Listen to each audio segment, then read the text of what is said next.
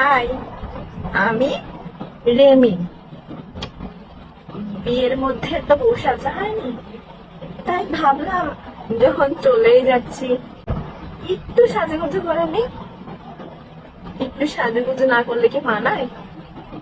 শেষ বিদায় বলে কথা।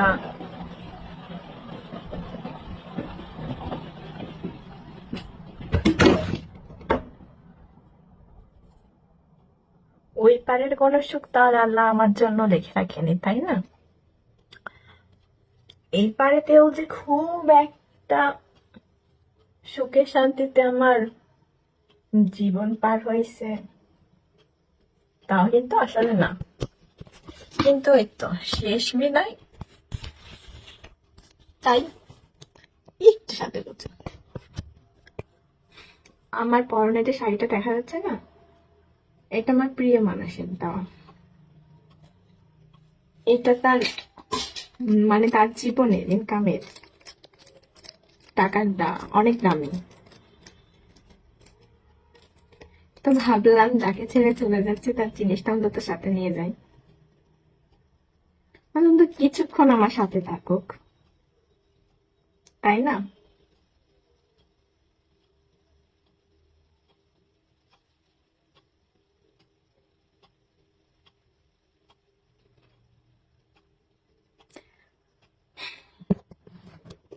আমার কপালে টিপটা খুব বেমানান লাগে।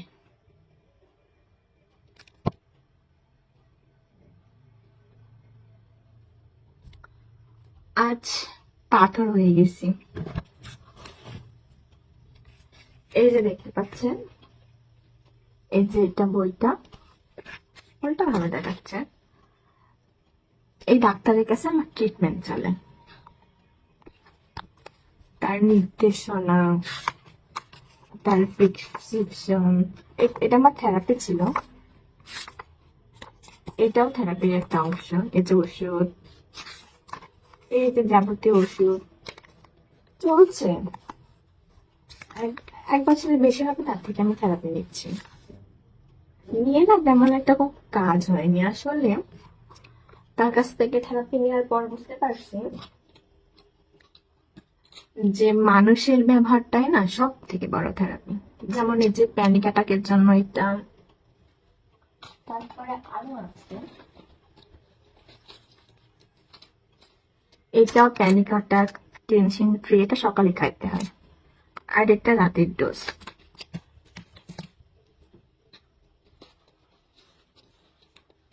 আর এই যে এটা রাগ কন্ট্রোল করে।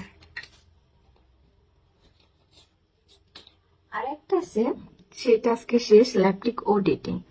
সেটা খাওয়া হয় মূলত যখন বেশি এক্সাইটেড হয়ে যায়, ঠিক তখন। আজকে আপনাদের ছোট্ট একটা গল্প শোনাই। হ্যাঁ জানি ভিডিওটা অনেক বড় হবে, কিন্তু ভিডিওটা আপনারা যখন দেখবেন তখন আমি আর থাকবো না। আমার বয়স যখন 6 কিংবা 7 এমনই হবে, তখন আমার বাবা বিয়ে করে আরেকটা। তো যে রাত যখন বিয়ে করে, বাবা বলেছিল যে সে ইচ্ছা করে বিয়েটা করেনি, তাকে জোর করে করানো হয়েছে। তারই কিছু ভাই তাকে জোর করে বিয়ে দেওয়া হয়েছে। তো যে রাতে আমার বাবাকে বিয়েটা দেওয়া হয়, সচরাচর আমার বাবা বেশি রাত করতো না, তাড়াতাড়ি চলে আসতো। তো সেই রাতে না দেরি করে আসে। তো আমার মা অনেক চিন্তা করে যে কেন আসছে না। মায়ের সাথে আমিও জানাচ্ছিলাম। তো বাবা আসলো রাতে, হুট করে এসে আমার মাকে জড়াই ধরে অনেক কান্না, যে এরা আমাকে এভাবে এভাবে ফাঁসিয়ে বিয়ে দিল। তো আমার বাবার হয়তো বা কপালে ছিল বিয়েটা, সেখান থেকে আর বের হয়ে আসতে পারেনি। তো 6 বছর বয়স থেকে শুরু হলো আমার ডিপ্রেশন, মানসিক একটা বিষাদ যাকে বলা যায়। আমার ভাই তখন আমার মায়ের পেটে। আমার মা বাবারও ভালোবাসার বিয়ে ছিল। রাত করে আমার মা বাবার বাড়ি চলে গেল। চলে যাওয়ার পর আমার ভাই হইল, বৃষ্টির দিন। আমার বাবা গেল আমার বাবা গেছিল, আমার নানা ঢুকতে দেয়নি। মানে কত অশান্তি। আমার না খুব খারাপ লাগছিল, ছোট ছিলাম তো, কিছু বলতে পারতাম না। তারপরে কিন্তু যেদিন আমার বাবা বিয়ে করে আমার মাকে ধরে কান্না করছিল, সেদিন আমার মায়ের চুপ থাকা আমি দেখেছি। কতটা মানে আমার মা হয়তো তখনই পাথর হয়ে গেছিল। পরে যে খারাপ হয়েছে, কেন খারাপ হয়েছে সেটা আর কেউ জানতে আসেনি, জানেন। তারপরে কি চলছিল, এভাবেই চললো। মা অনেকবার রাগ করে বাবার বাড়ি যায়, আবার আসে, অনেকবার যায়, অনেকবার আসে।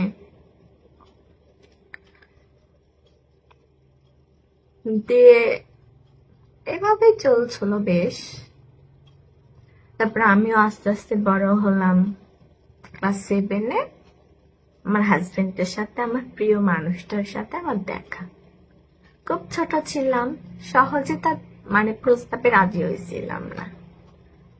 সে অনেক ঘোরায় পেঁচায়, প্রায় 6 মাস ঘুরে মনে হলো যে কথা বলি, ফোনে কথা বলে তো প্রেম হয়ে যাচ্ছে না, অন্তত সেই ছেলেটার তো আমাকে রাস্তাঘাটে চালাবে না, তাই না। আর এদিকে বাবা মাও নাই আমার, সেপারেশনে তারা, মানে বাবার একটা বিয়ে করছে, সেজন্য বারবার চলে যাইতে আসছে, চলে আসতে। তো সেবার মা একবারে চলে গেছিল, কিন্তু ডিভোর্সটা আসলে তাদের হয়নি। তো তো ছেলেটার একটা কথা প্রেমে পড়েছিলাম যে আমি তোমাকে ভালোবাসবো, কিন্তু সবার আগে ভালোবাসবো আমার মাকে, তারপর তোমাকে। শুধু এই একটা কথার মানে এই একটা কথার প্রেক্ষিতে না আমি ভালোবেসে ফেলি তাকে। মনে করি যে তার মাকে এতটা সম্মান দেয়, সে তার বউকেও অনেক সম্মান দিবে। তারপরে চলে এভাবে ক্লাস 8-এ উঠি, আমার বাড়িতে জানাজানি হয়। বাবা প্রচুর মার, মা প্রচুর মার।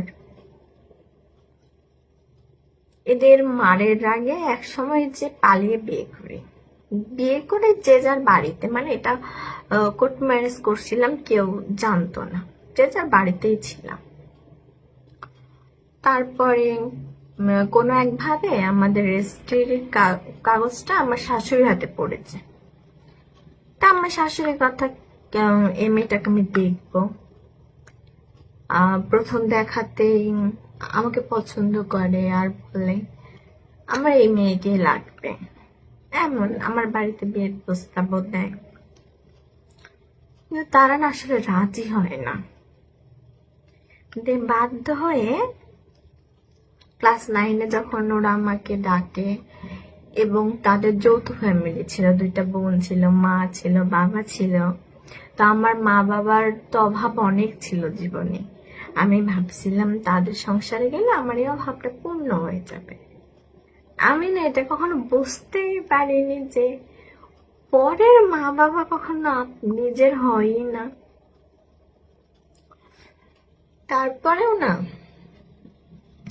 তারপরেও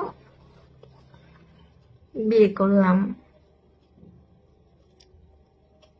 বিয়ে যখন করলাম, ছোট ছিলাম আমি, ক্লাস 9-এ পড়ি। সব দোষ এক আমার ঘাড়ে দিয়ে বিয়েটা দিল। ছেলেকে কাছেও আশেপাশেও আনলো না, ছেলের দোষটাই আনলো না। আমার বংশটা একটু খারাপ ছিল বলে সব দোষ আমার উপর দিয়ে বিয়েটা করলো। আচ্ছা ঠিক আছে, হলো। বিয়ের পরের দিন সকালে বুঝতে পারলাম যে কি করলাম আমি, আমি যেটা করছি মোটেও ঠিক করি নাই। কিন্তু তখন তো সব শেষ, কিছু আর করার নাই। এই সমাজে ডিভোর্সি মেয়ের জায়গাটা যে আসলে কোথায় সেটা তো আপনারা ভালো করেই জানেন। তো সে জায়গা থেকে আমি আর বের হয়ে আসতে পারিনি, অনেক চেষ্টা করছি সংসার করার, জানেন। ক্লাস 10-এ বিয়ের জন্য তারা বাচ্চা নেওয়ার জন্য চাপাচাপি করছিল, আমি চুরি পড়েছি। 2 হাত ভরে চুড়ি পরেছি। কত সুন্দর লাগছে না আমাকে? দিয়ে বাচ্চা নিয়ে এলো, নিলাম। বাচ্চা পেটে রেখে কত কাজ করছি, এসএসসি পরীক্ষা দিছি। আমার স্ট্রাগলটা না চলতেই থাকলো, কিন্তু কারণে অকারণে সবাই আমায় ভুল বুঝতো এবং আমি দোষ না করেও আমি শাস্তি পাইতাম। আমার থেকে বয়সে ছোট তাদের আমার পা ধরতে হইতো। তো ভাবলাম একদিন সব ঠিক হয়ে যাবে, আমার ভালোবাসা দিয়ে আমি সব আদায় করে নিব। কিন্তু জানেন, ভালোবাসাটা ঠিকই ভালোবাসছি, আদায় করে নিতে আর পারিনি। আমি পরে ঠিকই গেছি। পরে জানতে পারলাম যে আমার মা বাবা সেপারেশনে থাকে, এই অসহায়তার সুযোগ নিয়ে আমাকে বিয়ে করে আনছে। আচ্ছা, সেটা কোনো ব্যাপার না, ঠিক আছে। কিন্তু তাদের মানসিক টর্চার, আমি তো ঝগড়া শিখিনি, তাদের মানসিক টর্চারে এক সময় না আমি মানে মানসিক একটা রোগী হয়ে গেলাম। তো মানসিক রোগী যখন হলাম তখন সবাই বললো জিন ভূতে ধরছে, এই ধরছে, ওই ধরছে, এই কবিরাজ ওই কবিরাজ। ভালোই তো না, কবিরাজ সাহেব পরে বলতে মেয়ের কিচ্ছু হয়নি, ঢং করছে। দিয়ে তো 2023 সালে সবাই বুঝতে পারলো যে না, আসলে এটা মানসিক রোগ, মানসিক ডাক্তার দেখানো উচিত। হ্যাঁ, ট্রিটমেন্ট চললাম, ওষুধ খাইলাম, কিন্তু ওষুধ খেয়ে কি মানুষের কথা বন্ধ করা যায়? না সেটা ব্রেনে না ঢুকে থাকা যায়? তাদের কথা আর ওষুধ খেতে খেতে ব্রেনে ঢুকাতে ঢুকাতে, বুকে ঢুকাতে ঢুকাতে একটা পাথর আর পাষাণে পরিণত হইলাম। এখন কার কি আসলো কার কি গেল আমার কিছু চাই আসে না।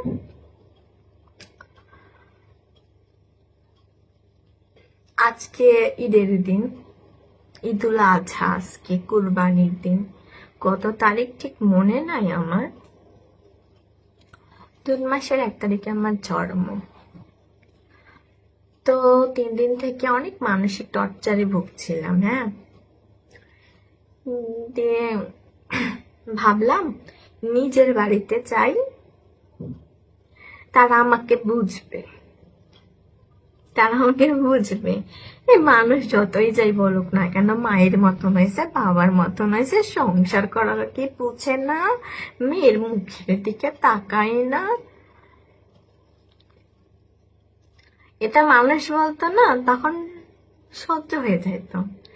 আর যখন নিজের মানুষগুলাই ঠিক একই কথা বললো,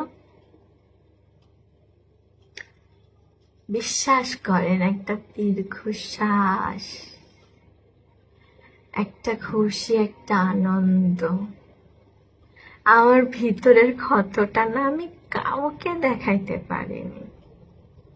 বাইরে এই যে হাত কাটছি, এই যেখানে হাত কাটা, তারপর এসবই হাত কাটা, এসবে ইঞ্জেকশন দেওয়া, এগুলো তো মানুষকে দেখানো যায়, কিন্তু ভিতরের ক্ষতটা আমি কিভাবে দেখাবো কাউকে? এটা তো সম্ভব না চাইলেও। তাই আজকে আমি বেয়াদব, অসভ্য, কত কি। সবার না তাদের মনের কথা, কষ্টগুলো বলার কেউ আছে, যাদের কাছে বললে তারা শান্তি পায়। আমার না কেউ নাই। কারণ কি জানেন, আমার মা বাবা খারাপ। আচ্ছা, তাদেরকে খারাপকে আমি হতে বলেছিলাম? আমার বাবাকে কি আমি বলেছিলাম যাও যে বিয়ে করো? মাকে বলছিলাম সেপারেশনে চলে যাও, যে তোমার মতো তুমি নিজের সংসার মানে নিজের জীবন শুরু করো? বলছিলাম কি? বলি নাই তো। এখানে আমার দোষটা কোথায়? আমি যখন আমার বুকের কষ্টগুলো বলতে না পারি, চিৎকার করি, ভীষণ জোরে জোরে চিৎকার করি। আর মানুষকে বলি চুপ করো, তুমি চুপ করো, তুমি কিছু জানো না, তুমি চুপ করো। তখন আসলে আমি হয়ে যাই বেয়াদব। এই যে ভিতরে থাকা ক্ষতটা দেখাতে পারি না তো কাউকে, কাকে দেখাবো, কে বুঝবে? কেউ থাকলে না বুঝবে। তো আমার মানসিক সমস্যা এত কিছুই বেড়ে গেছে যে এই ওষুধগুলো তার কাজ করে না, করে না কাজ। আমার মেয়ে ছোট এখন, তো তার মা যদি এখন মারা যায়, সে একভাবে বড় হয়ে যাবে। আমার মেয়েকে অন্তত শুনতে হবে না যে তুই তোর মায়ের মতন ছিলি, এটা শুনতে হবে না। কিন্তু যদি একটু বড় হয়, তখন তখন যদি তার বাবার সাথে আমার সেপারেশনে চলে যাইতে হয়, তখন কিন্তু তাকে শুনতে হবে এই যে মায়ের মতন হয়েছে, এই যে বাবার মতন হয়েছে। খারাপ একটা মেয়ে, বেয়াদব একটা মেয়ে, অসভ্য একটা মেয়ে। এই কথাটাই যেন আমার মেয়েকে না শুনতে হয়, তার জন্যই আমার এত ব্যবস্থা। আমি জানি আমি যদি আজকে মারা যাই, তাহলে না আমি ইহকাল পাবো, না পরকাল পাবো, সারা জীবন না তো জাহান্নামেই ভুগবো, তাই না? আমি তো এটা জানি। কিন্তু কথা এটা না আমি কোথায় গেলাম সেটা কথা না, আমি যে বেঁচে থেকে এতগুলা মানুষের জীবনে অশান্তি করছি, আমি যদি না থাকি তাহলে অশান্তি গুলোই হবে না। তারা অন্তত ভালো থাকবে তো, তারা সুখে থাকবে তো, শান্তিতে থাকবে না, শান্তিতে থাকবে।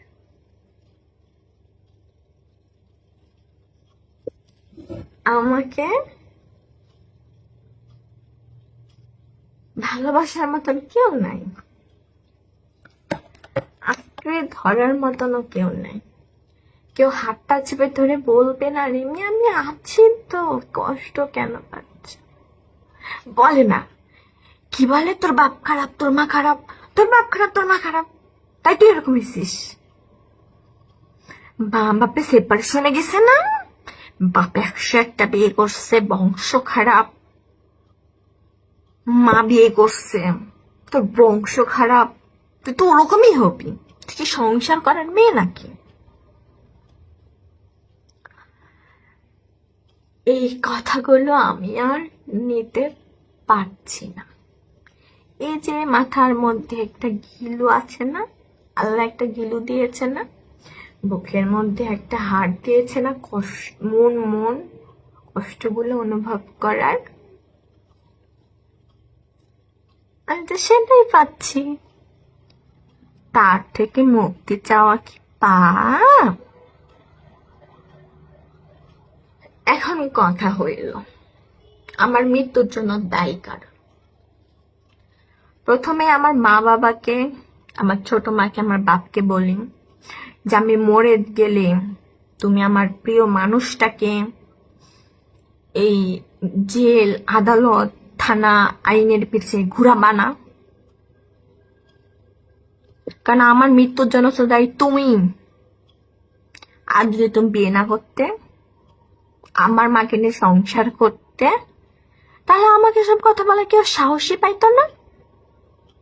জেল যদি কারো খাটতে হয় তাহলে সেটা তোমার, সেটা একমাত্র তোমার, আর কারো না। আমার হাজবেন্ডকেও আমি বলছি, তোমার নামে যদি কেউ এলিগেশন দেয় যে তোমার মানসিক টর্চারে আমি মারা গেছি, তুমিও তার নামেই দিবা মামলা যে ওর জন্য মারা গেছে।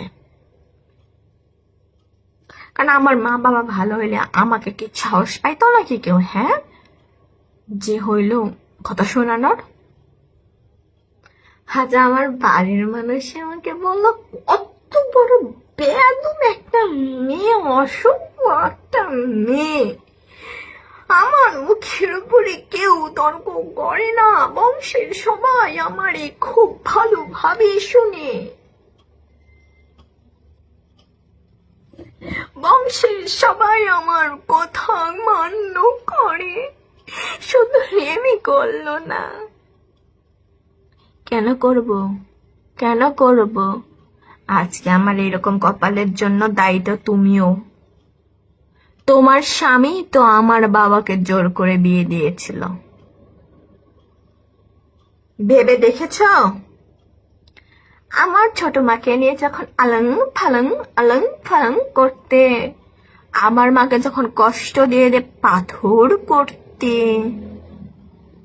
তখন কি তোমার মনে কিছু হয়নি? দেখো, তুমি দেখো, আমার মাও ভালো আছে, আমার বাবাও ভালো আছে, কিন্তু তুমি ভালো নেই,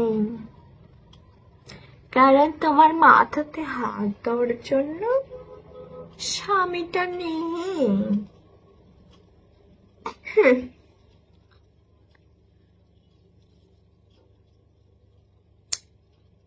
আর এই যে যারা আমার হাজবেন্ডকে বিয়ে দিতেছ, আমার হাজবেন্ড বিয়ে করতে চাই, তোমাদের বলছি সুন্দরী মেয়ে দেখে বিয়ে কইরো।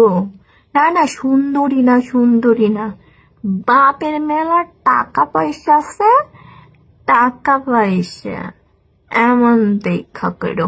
আর অবশ্যই মেয়ের মুখটা যেন বোবা হয়, কথা বলতে না পারে, এমন দেখা। তোমরা সুন্দরী মেয়ে, একটা অসহায় মেয়ে দেখে বিয়ে করবা, আবার কথাও শোনাবা, তা কি হয়?